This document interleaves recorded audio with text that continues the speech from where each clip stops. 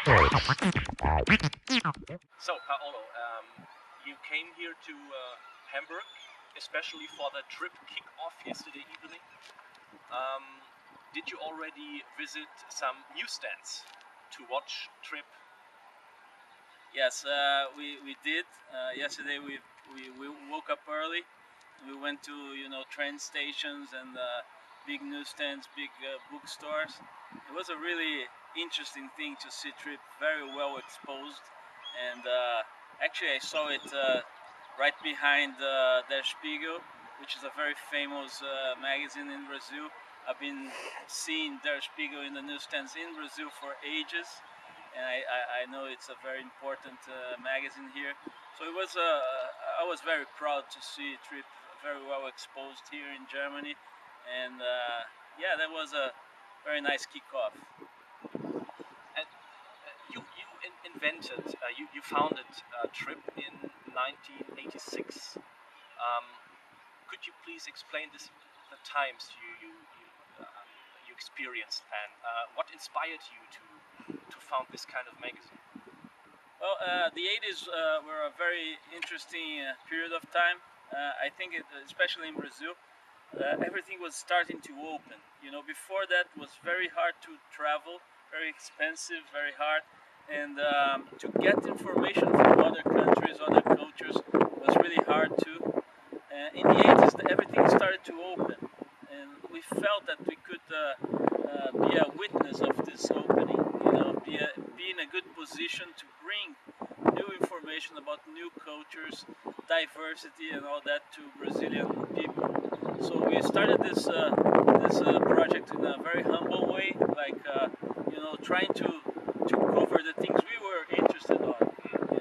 Looking to other countries, other continents, how the people were managing to live their lives in a different way, and so that's what inspired us. This opening of the world, and that's why 24 years later it's very interesting to see our project arrive into Europe and being catching some eyes here.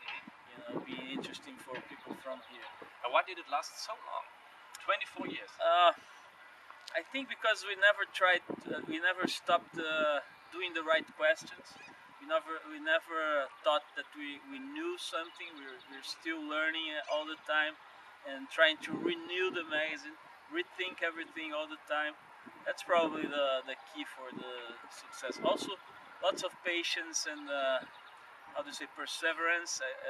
When you keep doing the same thing, you keep believing in the same things and trying to to understand better what are your real thoughts, real ideas, real ideals, and so that's probably why we are alive and kicking after almost 25 years. And how did a Trip change through all these years?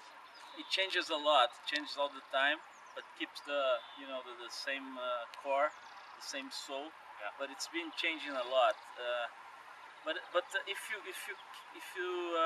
check the first issue, you're gonna see the same soul in there. Okay. The mixture between lifestyle, sports, beach culture, lots of urban culture too, and especially the same way to see things, to see life. The same scale of values. And so that's probably also a key for the longevity of the project. We kept the same values. Looking for the same things in the big picture. But when you close the lens, it changes a lot. Like the design, the graphic design, the way we manage to put the content together, that changes a lot. The soul has ever been to cover the anti-mainstream? Not exactly. I mean, sometimes we do like an interview with a very famous celebrity. We can do that. Sometimes we do that. It's just a matter of have a personality and look to the person, to the celebrity as a regular people. as a normal person. Yeah. And look without for, mask. right, Yeah. and also look for the normal person as a celebrity, because in the end, everything is just the same. I've been interviewing people for lots of times, and I have a radio show, a weekly radio show, so I interview at least one interesting person every week for more than 20 years. And what I've learned is that, in the end, is everything has the same. Everyone has the same fears, the same anxiety, the same joys, and so it's not exactly anti-mainstream. It's just a different way to be there.